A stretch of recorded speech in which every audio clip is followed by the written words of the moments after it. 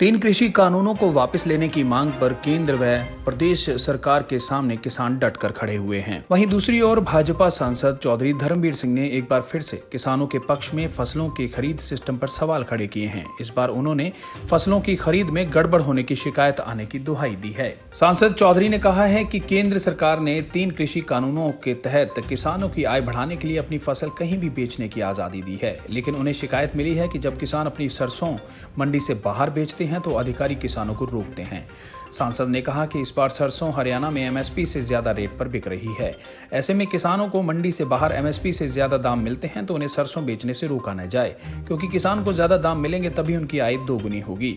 सांसद ने कहा कि ऐसे में अधिकारियों की शिकायत को लेकर वो सीएम मनोहर लाल से मुलाकात करेंगे।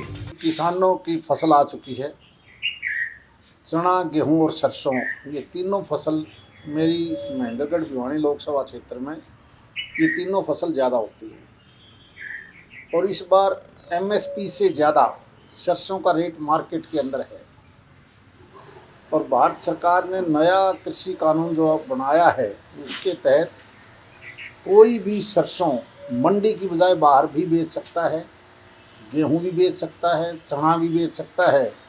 ये तीनों कानून जो कृषि के कानून के दायरे में हैं, लेकिन मुझे कुछ जगह शिकायत मिली है कि कुछ एक अधिकारी सरसों जब किसान मंडी से बाहर बेचता है तो उसके ऊपर कहीं न कहीं पकड़ लेते हैं, जिसकी वजह से सरसों का रेट 300-400 रुपये क्विंटल तक गिर जाता है।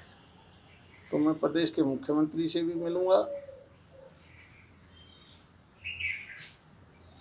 ताकि किसान को बाहर जब रेट ज़्यादा मिलता है तो उसको बाहर रेट ज़्यादा कैसे मिले उस पर रोक ना लगे, ताकि हम किसान की आमदनी दोगुनी कर पाएँ। इस प्रकार की शिकायतें कैसे दूर हो सकती हैं, मैं माननीय मुख्यमंत्री जी से बात करूँगा। ये पहला मामला नहीं है जब सांसद चौधरी ने फसलों की खरीद को लेकर सवाल उठाए हों। सांसद ने बाजरे की खरीद के समय भी राजस्थान का बाजरा भिवानी की मंडियों में अवैध रूप से बेचने के आरोप लगाए थे। अब देखना यह होगा कि सीएम व सांसद की मुलाकात कब होती है और ये मुलाकात क्या बदलाव लाती है। भिवानी से इंद्रवेश दुहन की रिपोर्ट।